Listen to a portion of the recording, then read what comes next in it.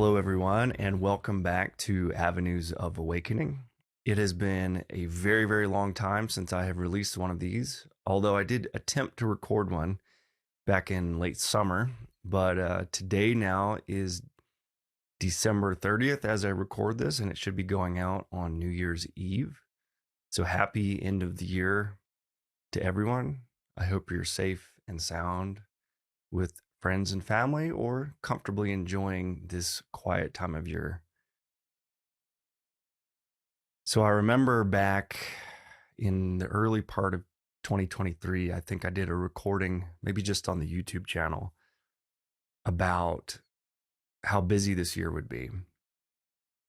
And that proved true and then some for myself and a lot of people I know.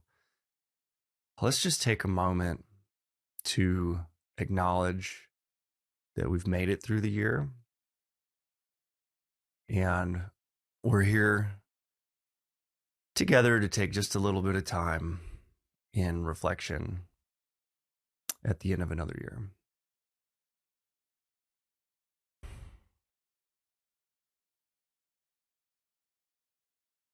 You know, a lot of years I make a point to sit down across a few days at the end of the year just to do some journaling, to do some reflections of the year, and to release a lot of what came before and to appreciate all that I've been through and those that I know and love.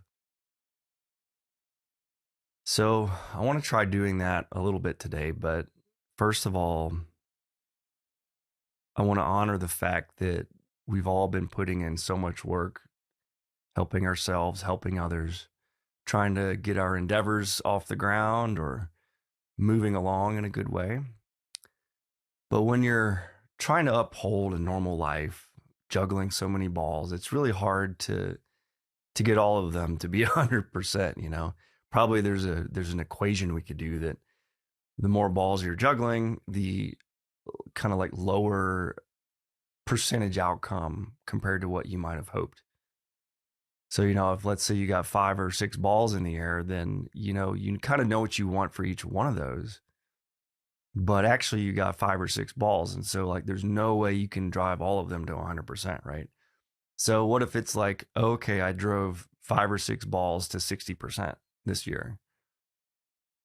And that's kind of what I came down to is like, you know, if you've been juggling a lot, if you've been trying to get stuff off the ground, if you've been, you know, feeling like the year's suddenly at the end of it and you're not where you wanted to be, like, take a minute to think of all the things you've been working on. And like, I know we've all done our best. And I bet if you think of it that way, we've done a pretty good job, right? Not to mention all the unforeseen curveballs that life throws at you. And by the way, there's been a lot this year. There's been a lot. So take those into consideration that even though those may not have been part of your plan, they became part of your responsibility and part of your life path. And so all of these things that we planned on, the things we didn't plan on, the balls we had to catch that other people or other situations threw at us, you handled those too as best as we could, you know, and they might not all be resolved by now, certainly. Although I do enjoy this time of year to take a few days off, as I'm sure most people do. So if you'll indulge me and care to come along briefly, I'm going to just go into the end of year ceremony that I like to do. So what this looks like, and there's you can do a short version just using your thinking, or if you like to do the long version, which is mine's super long version by myself, is I'm sitting with a journal and I'll do several sessions of journaling about kind of transitional reflections as well as planning for next year. But basically what it looks like is I'll sit down with the journal. I have it here and I'll go through, and this particular year, I felt a lot of heaviness in my heart, what I discovered to be a lot of grief, carried a lot of emotional weight, I guess you'd say. Just from dealing with a lot of pretty intense situations, you know. And then if you compound that with what we've seen in the world, which is going to affect everyone's heart, you know, regardless of what you think about it, there's strife, there's suffering in a lot of places that have been pretty big news stories. So that's instantly, I can locate that and feel that. And so the world, it feels like, is crying, or the world is kind of heartbroken right now. So what I did in the journaling is I just start at the beginning of the year and just go through listing all the big things that I've dealt with, all the things that came up, all the things that were challenging, that I felt I'm still carrying some emotional charge, some emotional, like, oh, like you're carrying a lot, like a big load, right? A big load of rocks. And this journaling exercise is taking each one of those rocks and looking at it and saying, wow, you know, thinking about it as much or as little as you want.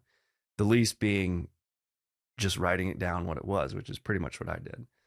So I wrote down, you know, started a job at Lowe's, which I worked at during the summer for 6 weeks or 6 months. I been working on my media production company, which had two huge projects at the same time I was working at Lowe's, right? Trying to start a company.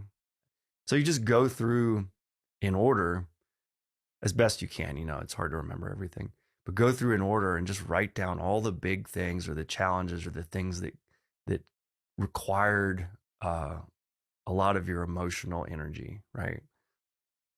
To handle. And if you do this in the long way, you can take time and really consider each one of those. And within that, you honor it. You think of the people involved. You think of all the work you did, or maybe the work that other people did. You think of the significance. And so that's why I'm saying this takes a while. If you want to do that full version, I find that it very much helped me feel like unburdening myself of the stresses of this past year. So if you want to do it now, go ahead and just pause the podcast and sit for a while, or at least get started on it.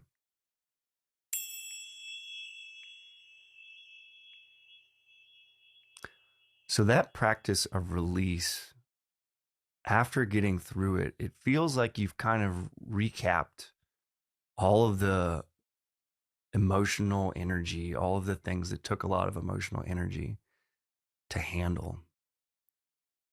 And pat yourself on the back for that, right? That's huge work. That is super important. You've gotten through so much of it. You've gotten here to the end of the year. Hopefully some of them have resolved, and the ones that haven't resolved, well, they'll be there for you, but you don't need to worry about them for a couple days unless they're completely urgent and happening right now. In unburdening yourself, you may feel really tired. You may feel proud of yourself. You may feel really ready to just put things down that you're carrying, at least for a couple of days, right? And I consider this time of year, especially the last week of the year, to be what I call like the liminal time of year, or the going under. And even in the five element sense for the Chinese concepts of seasons, we're going into like water, which is just the ultimate yin, yin, ultimate yin state. So in a lot of places, it's colder. The days are shorter. The nights are longer. There's much less activity, social activity, except, you know, New Year's Eve. And, you know, there's work is off for a lot of people. There's a lot of people that still have to work, but hopefully we all get at least 1 or 2 days off in this week. Um, and so it's super yin, and it's meant to be difficult to express that active energy that we're so used to, that I believe we as a society are kind of addicted to. So this process of grieving or reflecting on your past year and setting things down can really help us kind of enter that space for a few days. And I think being in that space is actually super important. It's actually like taking a bath in moonlight. That's another way of thinking about it. Just like you don't need to express anything. Action will come back, it will regrow. Never fear.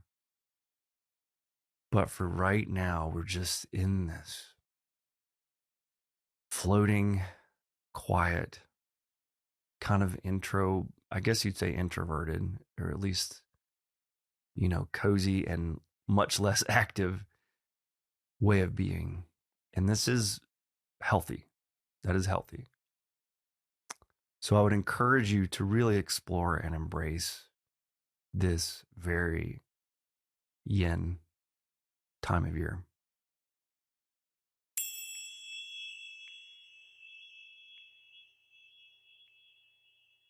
There's a second half of looking back, which I always pair grief and gratitude. So if we're talking about your challenges, then we also want to do your things you're proud of, the things that are highlights or the things that were fun, the things that are memorable, the accomplishments, Um, and I think that's equally important so that we don't get lost in the only focusing on the things that were challenging or difficult. So let's look at other things like, I did a great job working at Lowe's for 6 months. I got through school. Hell yeah. Like we got to give ourselves some congratulations, some pat on the back, some feeling like, yeah, this was a big year also for all these things that happened. I bought a bunch of video equipment for my company. Like this was a lot. And you start to put all these things together, the successes and the challenges and the accomplishments and the good memories and the difficult memories. And you start to say, holy shit, wow. Like what a year, Whew. And this is the time, this is a great time of year to do that. I don't know how this works for people who don't get the winter time at the end of the solar year. Kind of tricky. But I'm lucky to be in a place with 4 seasons in the northern hemisphere that gets pretty dang cold and much shorter days. So for me, it's supportive of this practice.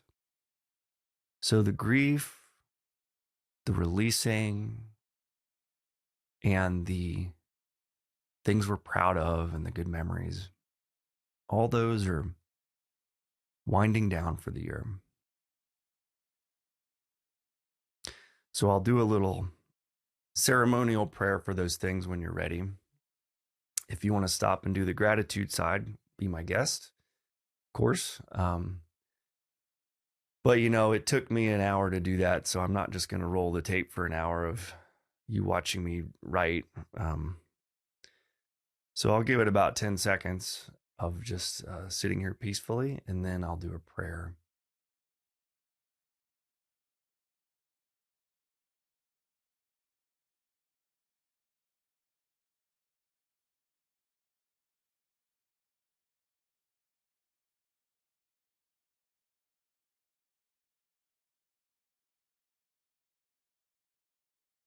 Gracious Father, Holy Spirit, Sacred Mother, we thank you for everything that you've sent our way this year.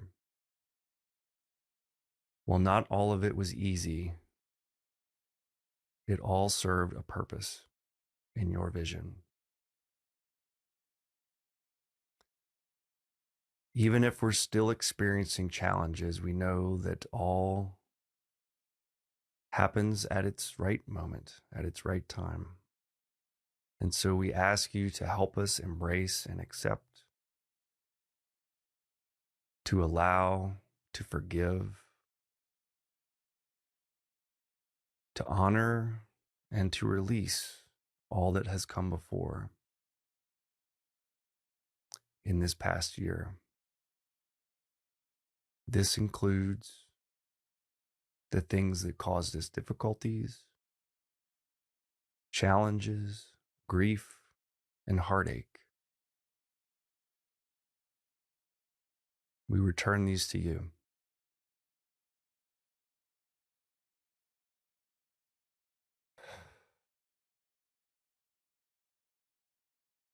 This also includes all the joys, the happy memories, the fond times together, the things we are proud of, that we feel successful for, that we've accomplished, that we've completed, and the things that are still left incomplete. All in time, all in your time. These two we release back to you in the spirit of gratitude, of acceptance, of patience, and of peace. Thank you for this year. And thank you for the opportunity to participate in what life sends us.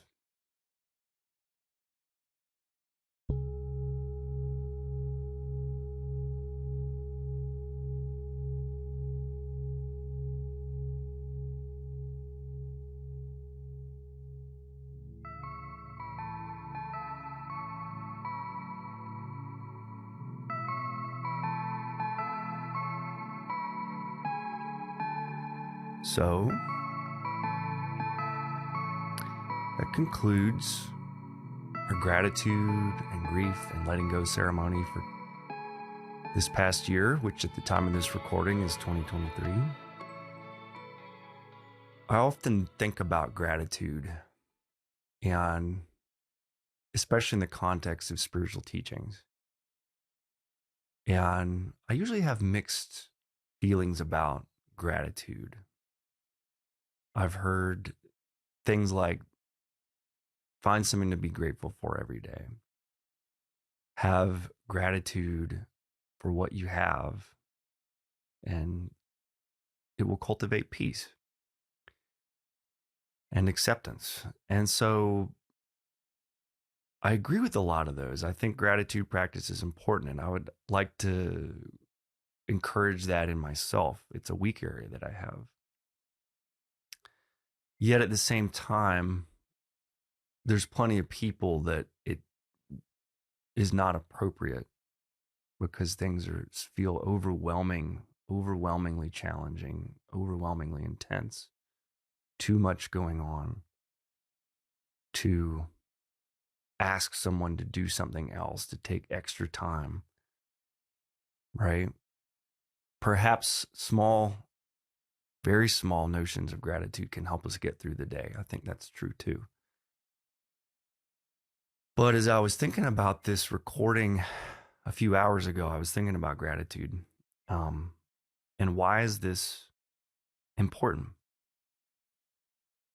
In the context of this ceremony, gratitude brings our hearts into a more calm equanimity, evenness, peace of spirit, right?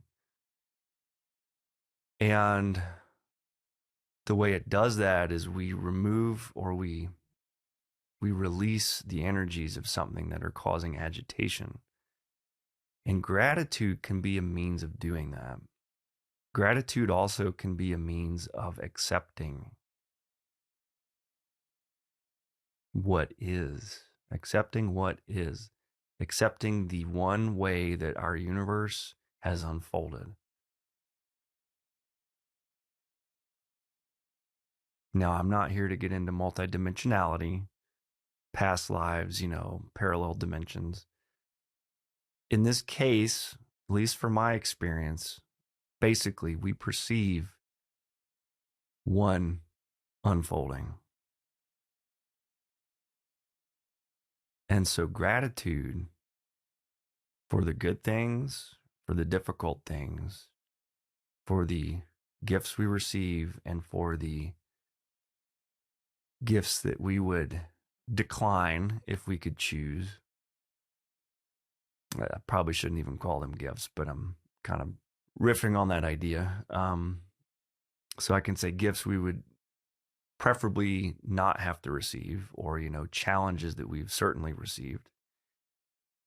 When we start to develop, and it is a muscle, it is something we can strengthen. But when we do it as a ceremony, we are intentionally interacting with all of these experiences. And gratitude brings the energy of acceptance. The resistance to what is, the resistance to what has unfolded and appeared in your life, I would say causes at least as much suffering as the situation itself. I think some would say is the entire cause of suffering. I've not gotten to that point yet, but certainly I can identify resistance as a major cause of dissatisfaction. You know, there's just one thing, there's just this one unfolding. And so for us to sit here and go, no, no, no, I don't want that, you're literally contradicting creation. You're saying, no, that's not what I want. And that's not how it is. So when we have gratitude, it actually gets us closer to this space of acceptance, right?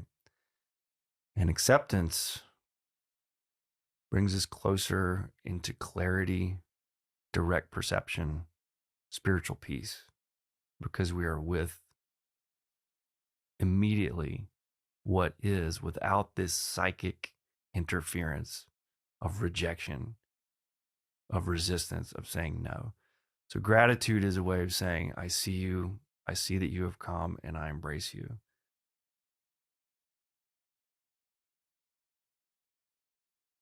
That's the power of it. All right, so I'm going to stop here.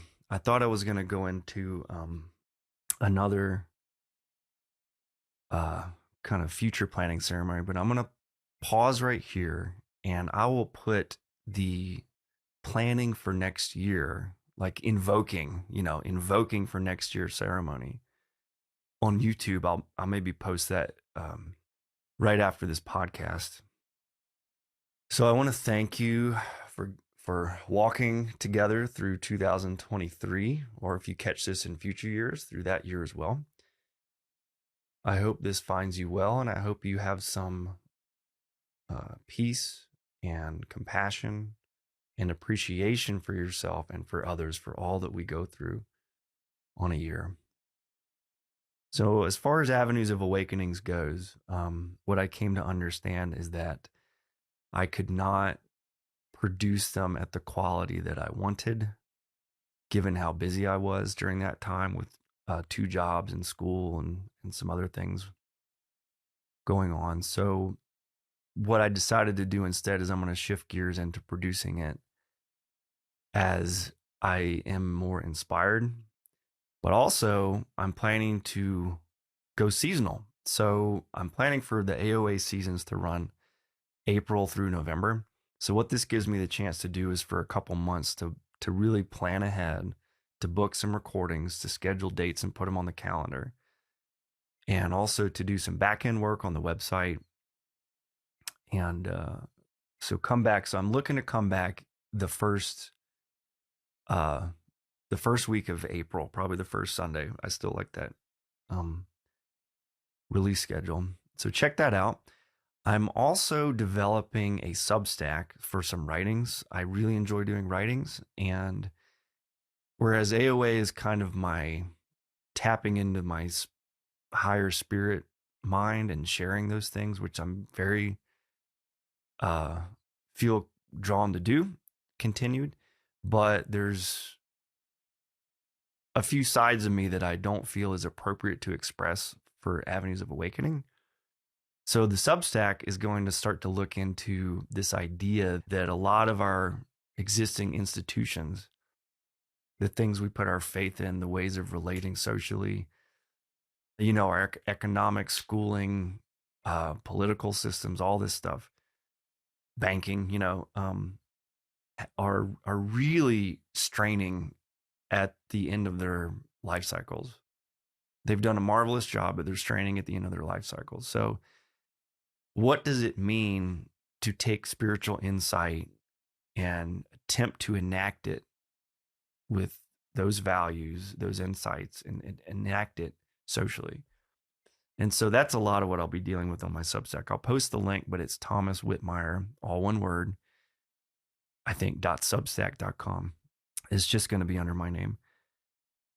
So that's all for that. I also encourage you to check out my wife's YouTube page, summerbreezehome.com. She's doing Korean cooking videos. We're working together.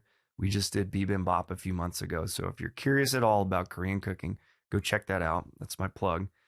But it's another thing I work on. So that's all for now. I'm going to stop the recording. And I look forward to seeing you again on the AoA podcast in April. We'll see you next year. God bless. Happy trails and have a great New Year's. Bye.